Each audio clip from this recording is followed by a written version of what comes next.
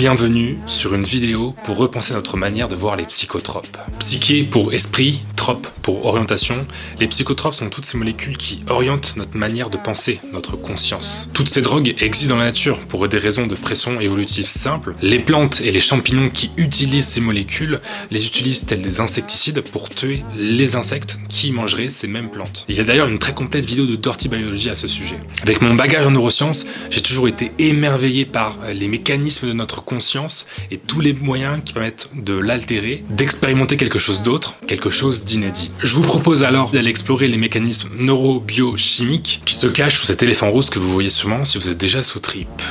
Et tous ces mécanismes, vous allez voir, ils sont fascinants. On va commencer par les drogues qui méritent qu'on parle mal d'elles, celles qui sont dangereuses pour notre santé. Et le meilleur pour la fin, on ira s'attarder ensuite sur les psychédéliques, celles qui, au contraire, méritent qu'on s'y attarde différemment.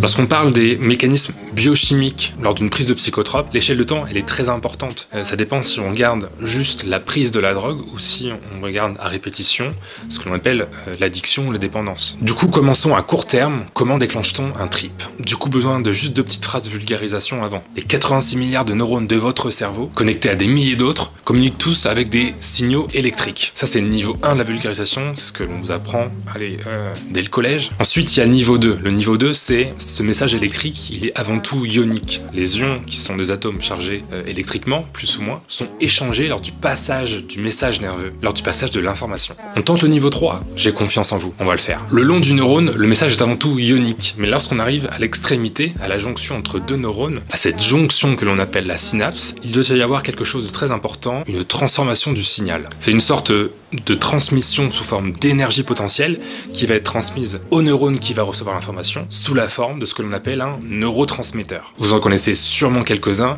le plus connu étant la dopamine, le neurotransmetteur par excellence du plaisir. Retournons aux psychotropes. Chacun agit à sa manière. La cocaïne va par exemple bloquer la recapture de la dopamine au niveau de la synapse, ce qui va laisser la dopamine plus longtemps dans la synapse et va ainsi surstimuler le neurone. L'amphétamine, elle va augmenter le largage de dopamine, ce qui va avoir totalement le même effet. Autre exemple, les opioïdes, elles vont inhiber le largage de GABA, le GABA qui est un neurotransmetteur capable d'inhiber les neurones qui produisent la dopamine. Inhibition de l'inhibition, moins par moins, ça fait plus. On a donc encore une fois le même résultat, plus de dopamine au niveau de la synapse. Petite parenthèse, les opioïdes c'est par exemple l'opium, celle qu'on retrouve dans le pavot. Donc calmez-vous sur les coquelicots, déjà qu'ils disparaissent. Ces psychotropes ont donc tous le même effet, ouvrir les vannes de la dopamine et que ça coule à flot. Ces fameux neurones qui produisent la dopamine, ces neurones dopaminergiques, on les retrouve notamment dans le noyau accumbens. C'est une zone au centre de votre cerveau qui est totalement dédiée au système de récompense, au plaisir, au rire, bref, la zone du kiff. Et du coup, voilà pourquoi ça part en ovaire au bout d'un moment. Ce que l'on appelle la dépendance, c'est ce phénomène d'accoutumance à l'échelle moléculaire. Lorsqu'un neurone est suractivé, il va déclencher un rétrocontrôle négatif. Il va, par exemple, supprimer des récepteurs à la dopamine pour éviter d'être à nouveau trop stimulé. Qui dit moins de récepteurs dit aussi besoin d'augmenter les doses pour avoir le même effet que la première fois. Du besoin naît le manque, et du manque naît la dépendance. Et c'est un véritable cercle vicieux. La dépendance enclenche l'envie d'en reprendre, l'envie de reprendre va déclencher encore plus de rétrocontrôle négatif, moins de récepteurs veut dire encore plus besoin de dopamine, donc encore plus de rétrocontrôle négatif, donc encore moins de récepteurs, donc encore plus envie d'en reprendre, donc encore plus de dépendance, donc encore plus besoin de drogue, etc., etc. Malheureusement, c'est loin d'être le pire. Ces rétrocontrôles négatifs vont aussi déclencher l'autophagie chez le neurone. Autophagie, de autophagétone, phagétone manger, on va avoir typiquement un cannibalisme cellulaire. D'habitude, l'autophagie est une très bonne chose. C'est notamment l'un des prix Nobel qui l'a montré, dont j'ai oublié l'année. 2017, 2016. Mais lorsque, dans ce cas précis, l'autophagie survient après une suractivité de la cellule, on va avoir tellement de composants cellulaires qui vont avoir trop travaillé, qui vont avoir du coup trop vieilli, qu'on va avoir une surstimulation de cette autophagie. Et une autophagie trop importante, typiquement, c'est une cellule qui va se mettre à dégrader tout dans la cellule.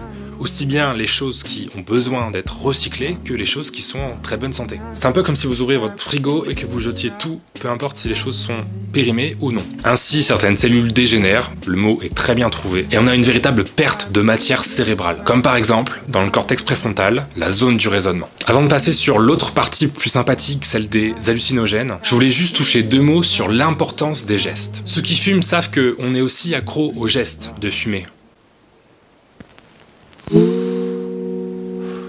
Ça vient aussi de la dopamine. Et ce qui est important ici, c'est que la dopamine, on en parle dans une autre forme d'addiction, celle aux applications de nos téléphones portables. J'ai par exemple testé en début d'année une expérience, celle d'arrêter Instagram. Et je m'y attendais pas forcément, mais j'ai eu cette expérience d'avoir beaucoup de réflexes et de gestes fantômes. Souvent, je pouvais prendre mon portable, avoir envie d'appuyer quelque part, avant même de me rendre compte que, en fait, j'avais désinstallé l'application. Et ça vient de quelque chose de très important dans les addictions, c'est que larguer la dopamine, on le fait aussi en anticipation à un geste. C'est ce qui nous donne envie de faire un geste, typiquement, c'est ce qui fait qu'on est accro au geste avant même d'avoir la cigarette et que la nicotine agit sur le cerveau. On est aussi dépendant à l'anticipation de la récompense. Pour vous dire à quel point les addictions, c'est du costaud.